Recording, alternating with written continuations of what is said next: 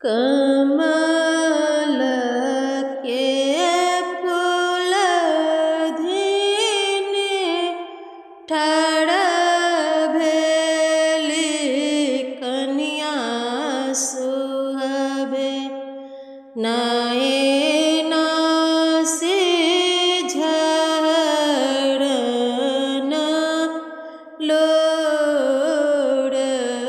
हे कमल के फूल धीने ठाढ़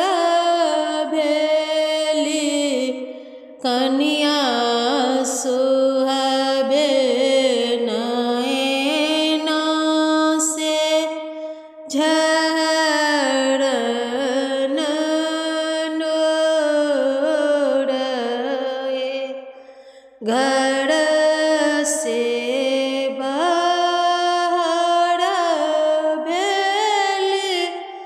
सासु अपन सासु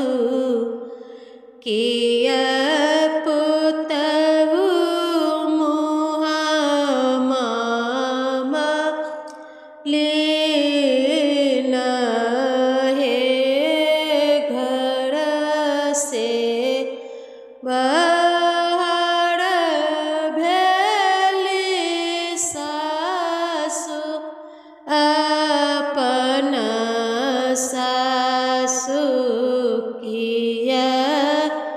पुतहु मुहामा लीना हे किया मोन पड़लस पुतहु माए बाप भैया किया मोन पड़लो नहीं हर राज हे किया मोन पड़लो सुहावे माए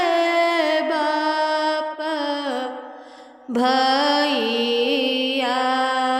किए मोन पड़लो नहीं हर राज हे कमल के फूल धीने ठाढ़ भेली कनिया सुहावे नयन से झरन लोड़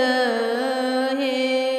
नहीं मोन पड़लै सासु माए बाप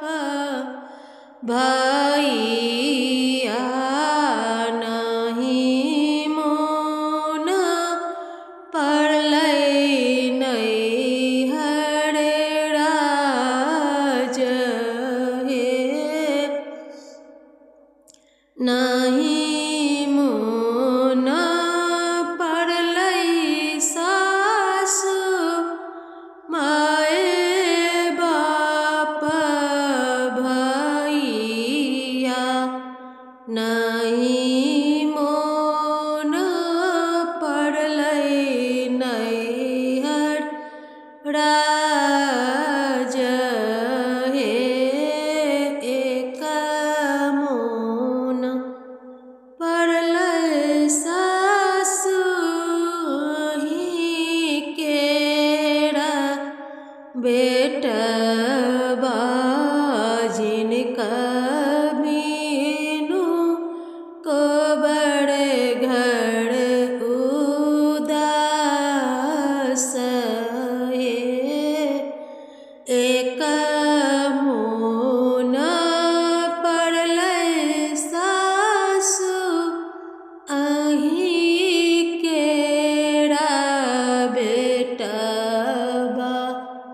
जिनका भी